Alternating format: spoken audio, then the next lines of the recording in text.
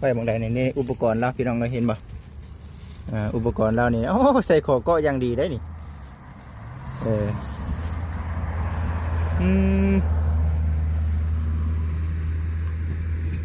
หอยไว้ใส่ละพี่น้องเลยเนาะ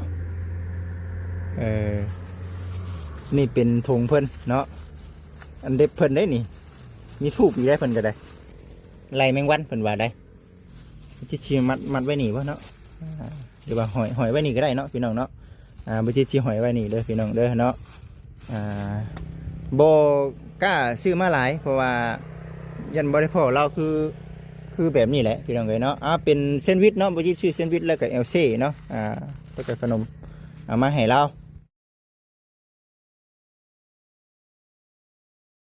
เบิ่งน้ำเพิ่นก่อนสายข้นแล้วนะบุจิดี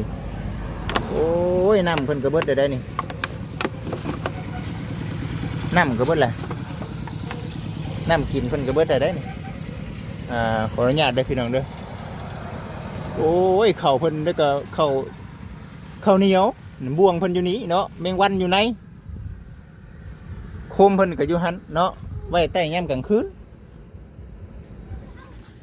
โอ้ยผ่าพุ่งผ่าเพทักแน่ดีนี่เอ้าเก็บให้ซะไปจิตเองก็ได้ยังบ่มีอยู่เนาะ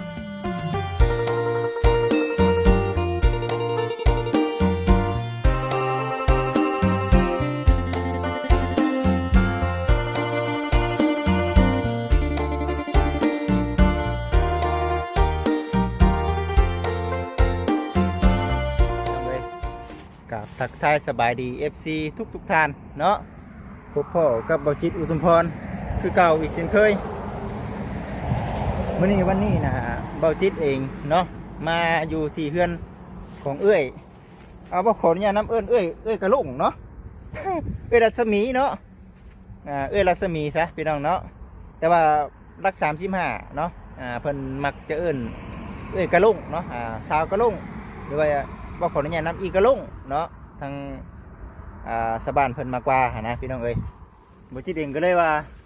มื้อนี้สิเอาของมาป้าไว้เนาะมื้อนี้ก็บ่พอแต่ว่าถามเบิ่งทางเอ้ยเพิ่นทมกินนี่นะเพิ่นบอกว่าช่วงแรงเนาะผัวกับเมียบ่คิดว่ายันพากันไปโชคเวียกบ่หรือว่าได้เงินจากทางบ่แสนเพิ่นเอาให้เนาะเอาให้และยันไปซื้อของอยู่ของกินคือว่าขออนุญาตนำเนาะFC เพิ่นก็ว่าบ่เต็มบ่จิตเนาะถามว่าบ่เต็มบ่เนาะบ่จิตว่ามันก็อยากขนข้างๆไปทาง FC เพิ่นว่าแหละบ่จิตว่าได้แต่ว่าในเรื่องความหาลำบากนี่บ่จิตก็ว่าอยากลำบากอยู่แต่ว่าเรื่องญาติพี่น้องเพิ่นนี่นะ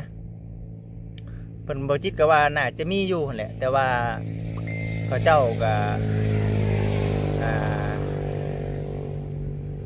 ให้อยู่แต่ว่าบ่อยากอยู่แหละอยากมาอยู่น้ำผัวบ่จิตว่าได้บ่จิตว่าต้องอยากมาอยู่น้ำผัวเนาะกับอีกอย่างนะคนแบบนี้นะบ่จิตว่าต้องห้ามบ่อยู่หรอกไปเนาะอยู่เฮือนบ่จิตว่าบ่อยู่ของคนมันไปเป็นเนาะพี่น้องเนาะคนเรายังหันยังแห้งอยู่เพียงแต่ว่าว่าขออนุญาตนำสติเนาะสติยังแบบว่าไปเลยนะพี่น้องบ่จิตว่ามีอยู่ญาติพี่น้องเพิ่นก็ได้แต่ว่าก็ในเรื่องที่ดินต้นหญ้านี่บ่คิดว่าทางชาวบ้านเพิ่นก็ว่าบ่มีได้บ่มีพ่อแม่ก็บ่มีคือกันเพิ่นเว้าหั่นนะพี่น้องเอ้ยเนาะก็เลยว่าเอ้า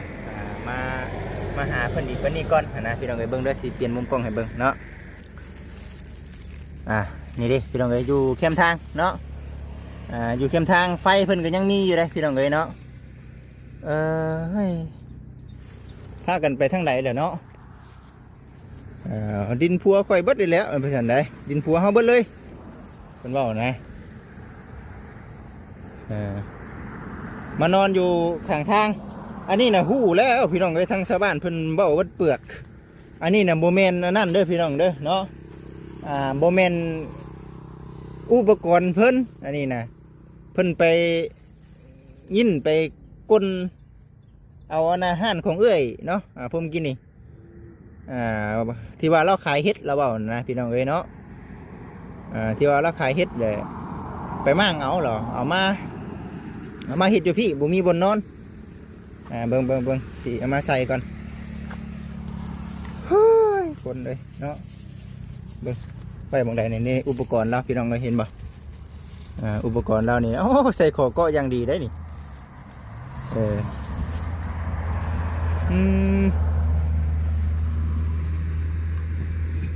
หวยไว้ใส่ละพี่น้องเลยเนาะนี่เป็นธงเพิ่นเนาะอันเด็บเพิ่นได้นี่มีทูบอยู่ได้เพิ่นก็ได้ไล่แมงวันเพิ่นว่าได้จิตชีมัดไว้นี่วะเนาะหรือว่าหอยไว้นี่ก็ได้เนาะพี่น้องเนาะบุจิตชีหอยไว้นี่เด้อพี่น้องเด้อเนาะโบกล้าซื้อมาหลายเพราะว่ายันบริโภคเราคือแบบนี้แหละพี่น้องเลยเนาะเป็นเซนด์วิชเนาะบุจิตชื่อเซนด์วิชแล้วก็เอลเซ่เนาะแล้วก็ขนมเอามาให้เราบุจิตเองก็เลยว่าเดี๋ยวมื้อหน้าสิเขามาหาเด้เป็นพวกตัดไม้เนาะพวกกันเครื่องตัดไม้เป็นเครื่องไม้มือเนาะแล้วก็จะเป็นในเรื่องเข่าเนาะเข่าเพิ่นนะพี่น้องเอ้ยยังมีไม้นี่พี่น้องเอ้ยบุจิตว่าน่าจะเป็นของผัวเด้อเนาะที่ทางของผัวนี่เด้เด้อเนาะทางไปก็จะมาหาบุจิตเนาะบ่อเวียงเนาะฮัลโหลบ่อเวียงสบายดีทันบ่ช่วงแรงทาง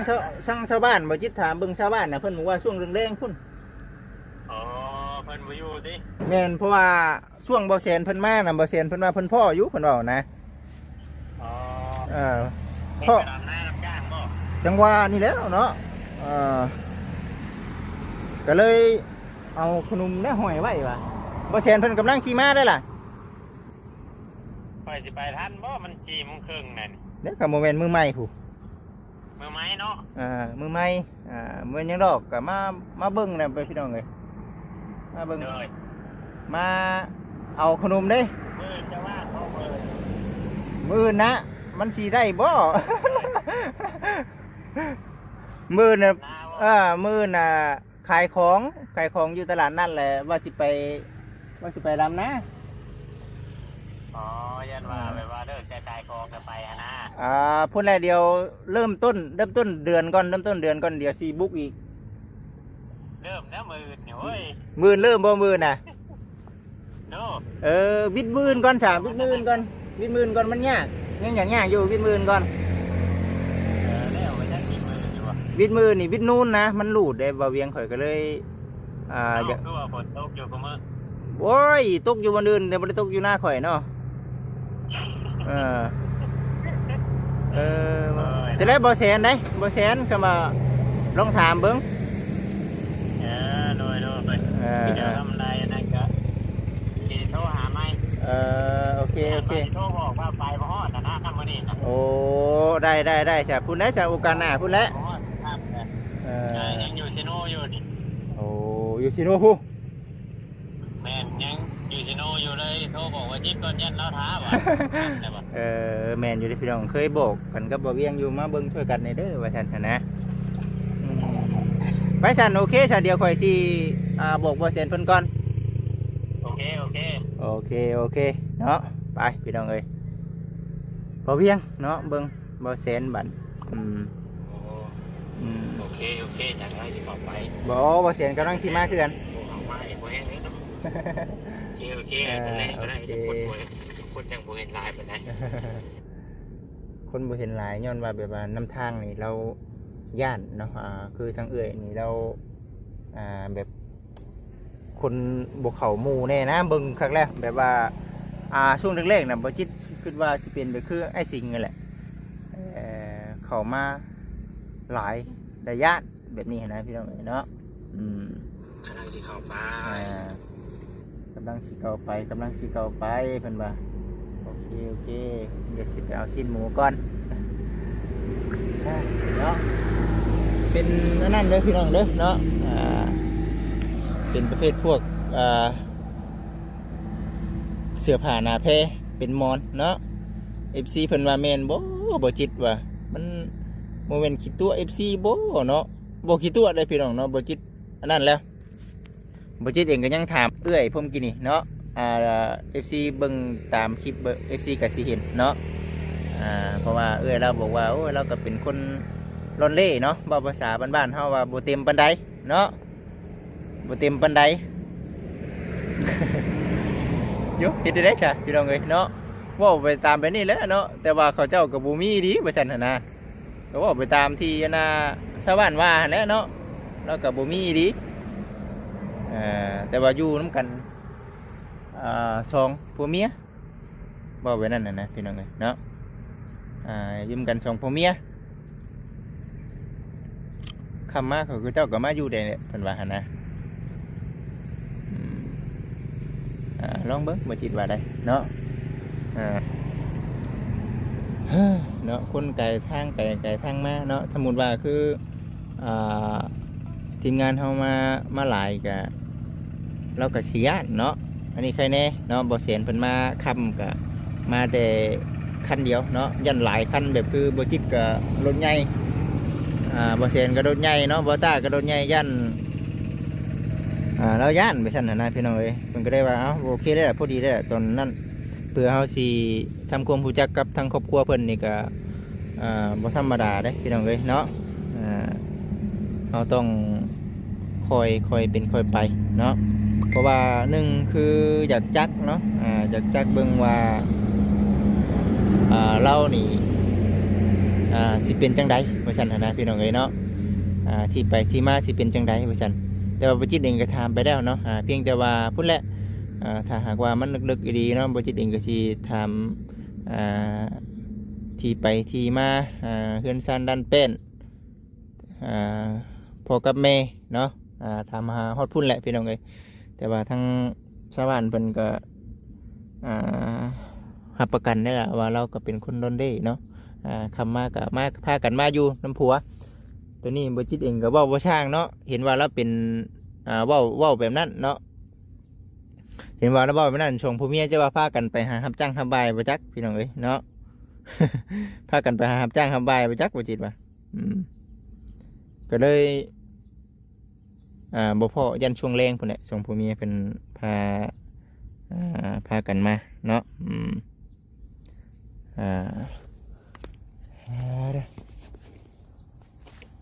นั่นแหละเนาะที่พักที่เศร้าเนาะเบิดตัวนี้พี่น้องเอ้ยนี่เนาะแคมทางค่ะคืออย่างนี้ได้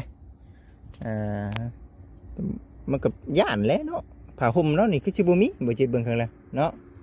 ผ้าห่มนี่บ่มีได้มีแต่ผ้าห้องเนาะมีแต่ผ้าห้องเนาะแล้วก็หมอนเพิ่นนี่เป็นกระสอบใช้หญ้าบ่เพิ่นเว้านะเพิ่นบอกว่าจิตหั่นนะบ่นั่นบ่เนาะบ่มาเพิ่นสิมาประมาณจักโมงเด้เนาะสิมาประมาณจักโมงเด้โอ้ขวยมันกระโดดได้นี่พี่น้องเอ้ยเนาะสังกะสีมื้อนั้นน่ะยังอันนั้นอยู่พี่น้องเนาะบัดนี้เพิ่นพากันมัดแล้วสังกะสีนะเอาเด้อเนาะอันนี้บ่จิตเอามาให้มีแต่บ่จะท่วงจะตื่นได้เนาะอย่าย่านได้ยันว่าของไผนี่ยันเขาเจ้าเบื่อได้จะซั่นจังซี่เดี๋ยวมื้อหน้าบ่จิตสิมาถามเบิ่งว่าได้กินบ่เนาะเครื่องของแบบนี้เนาะบ่จิตสิว่าในนั้นเนาะแต่ว่าประเภทพวกหมากลำไยเพิ่นนี่ยังใหม่ๆอยู่เนาะหงห้อยเพิ่นนี่แล้วก็จะเป็นในผลหมากลักไม้เนาะเบิ่งก่อนพี่น้องเอ้ยเนาะสิเป็นจังใดหากมาใหม่เนาะเป็นประเภทพวกน้ำเบิ่งเด้อพี่น้องเนาะบ่จิตสิมาเบิ่งน้ำเพิ่นก่อนสายข้นแล้วนะบ่จิตดีโอ้ยน้ำเพิ่นก็เบิดได้นี่น้ำก็เบิดแหละน้ำกินเพิ่นก็เบิดได้นี่ขออนุญาตได้พี่น้องเด้อโอ้ยเข่าเพิ่นแล้วก็เข่าเหนียว บ่วงเพิ่นอยู่นี้เนาะแมงวันอยู่ไหนโคมเพิ่นก็อยู่หันเนาะไว้ใต้ยามกลางคืนเฮ้ยเนาะคนเฮาเป็นไปเนาะอันนี้ก็ได้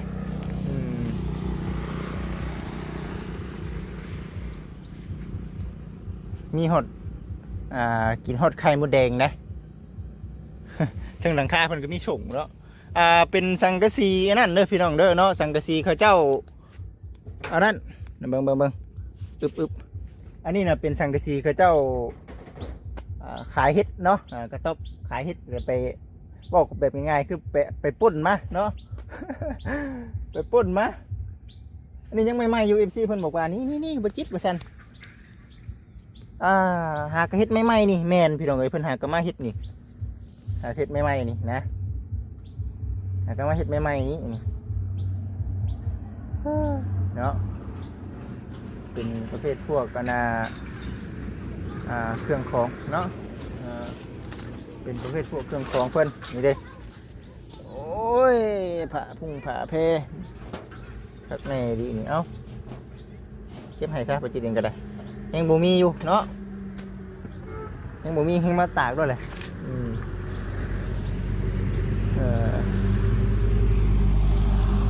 บ่แล้วก็คันมาพ่อเล่าน่ะบ่จิตที่บอกเราคักๆว่าบ่ต้องย่านเนาะบ่ต้องย่านทางทีมงานเนาะอาจจะเป็นแบบคือเราอาจจะย่านแน่ก็แม่นได้ทั้งเถื่อทั้งทีก็ได้เนาะ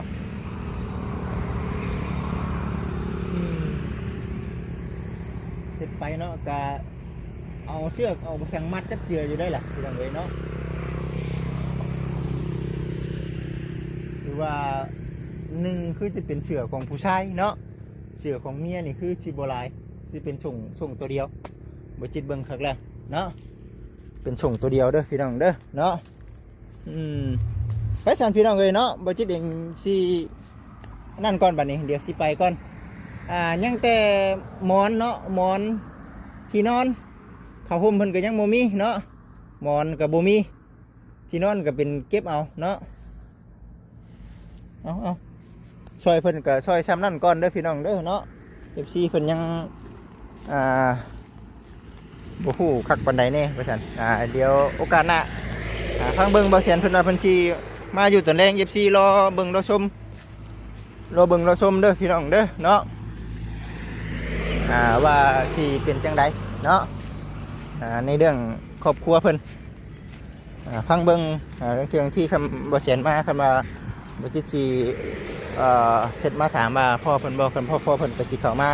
อีกเทื่อบ่ไกลพี่น้องเนาะอยู่รัก35เด้อพี่น้องเด้อเนาะFC คันอยากจักน่ะภาคผู้นั้นผู้นี้มาถามก็ได้พี่น้องเนาะยันแบบว่าบ่จิตเอ้ยขี้ตัวบ่หั่นนะบ่แม่นเด้อพี่น้องเด้อเนาะบ่แม่นบ่จิตขี้ตัวเนาะมีแต่ไผมีญาติพี่น้องเนาะก็มาถามเบิ่งได้เนาะคนในบ้านนี่แหละมาถามเบิ่งได้เนาะชาวบ้านเพิ่นสี่เบิ่งอยู่แน่ไกลไปไกลมาอยู่บ่ไปเมื่อได้วันนี้ไปเมื่อบ่โอเคบ่เมื่อละโอเคบ่โอเคเด้อฮ้อนบ่น่ะโอ้ยคนนี้เฮ้ยเนาะไปฉันพี่น้องเดียวสิไว้รถก่อนเนาะสบายดีโอ้ฮ้อนให้หลานชายข่อยฮ้อนอยู่จมบ่ฮ้อน ฮ้อนบ่ปิดประตูแน่ปิดบ่เถิงหลานปิดบ่เถิงเจ้าถอยหลังอีกเด้อได้ไปไม่เห็นเพิ่นบ่บ่เห็นโอ้คุณน่ะก็บ่เซ็นยังสิเข้ามาอยู่ได้ล่ะมีแต่ว่าเฮาไปเอาชิ้นหมูเฮาไปอยู่หั่นจักหน่อยเนาะแม่นให้เพิ่นบ่เซ็นเพิ่นถ้าว่านั่นก็เอาประมาณ 5:00 นช้าเพิ่นสิมาเพิ่นเว้าหั่นนะเพิ่นเว้านะแม่นเอื้อยนั่นเว้าหั่นเด้ประมาณ 5:00 นเนาะแม่นประมาณ 5:00 นพอแล้วดีใจหลานเจ้าอะคนเอ้ยเนาะลุงอยู่ลุงนี่ดีใจบ่ดีใจแห้งบ่ฮะแปะอยู่ไป พอแล้วพอแล้วโอ้ยเนียนลานกันเลยดีใจปะ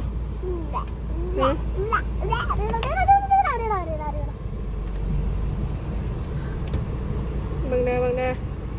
ตกเลย เบิ่งนี่ข้างๆเห็นปะ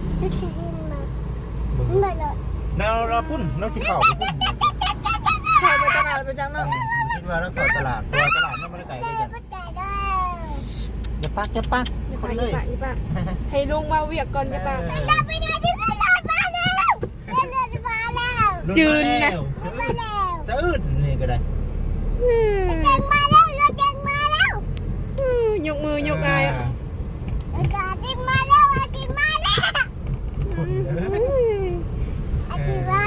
ห่อนในป่ากินน้ำบดกวดนึงวะ ห่อนบ่พอดีคอยเอาอันนั้นรถมาแล้วมันหลายแล้วนี่เห็นบ่แบบว่าเอาขนมหอยไว้เพื่อนน่ะเบิ่งเด้อว่ะเดี๋ยวไปรอบหน้าเดี๋ยวสิถามมึงแล้วว่าเรากินบ่หรือว่าเราสิย่านหรือว่าเราสิถิ่มยันอุ้ยเขาเจ้าเบื่อบ่นี่บ่แฮงแล้ว เอาฝนมาหูทำไปเนาะ อย่าดึงมันที่ล่ะของลุงเลยนี่ อย่าดึง อย่าดึง เบิ่ง เอ้ยสิให้คนได้มานี่ได้ ลุงจิตหายเลยลุงจิตหายเลย เออ ลานกันเลย ชื่นเนาะ ชื่นค่ะชื่นแน่ นั่นแหละกับบจิตกับบ่ได้คิดตัวบ่ได้อ่ำเด้อพี่น้องเด้อเนาะถามเพิ่นทางชาวบ้านเพิ่นก็ว่าประมาณ4-5 โมงผัวกับเมียเพิ่นสิมาเนาะอาจจะไปเรียกไปงานบ่หรือว่าจังไดก็รอเบิ่งรอชมไปหรือว่ารอตลาดบ่หาขอในอยู่ในกินนะ โดย เนาะของอยู่ของกิน โดย ขอข้าวขอน้ำแล้วบ่ไปสาวพี่น้องเอ้ยเดี๋ยวสิได้จบคลิปก่อนด้านซ้ายก่อนก็ควรเขาครับบ่ได้ตั้งหยังว่าลุงเฮ็ดเวียกอยู่ ลุงเห็ดเวียกเลย เฮ็ดสมพันธ์ครับก็ดี โอเคผมเป็นพี่น้องเลยเนาะ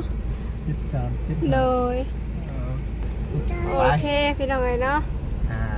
อยู่ดีมีแห้งเด้อพี่น้องเด้อเนาะโอเคสบายดี สบายดีพี่น้องเลย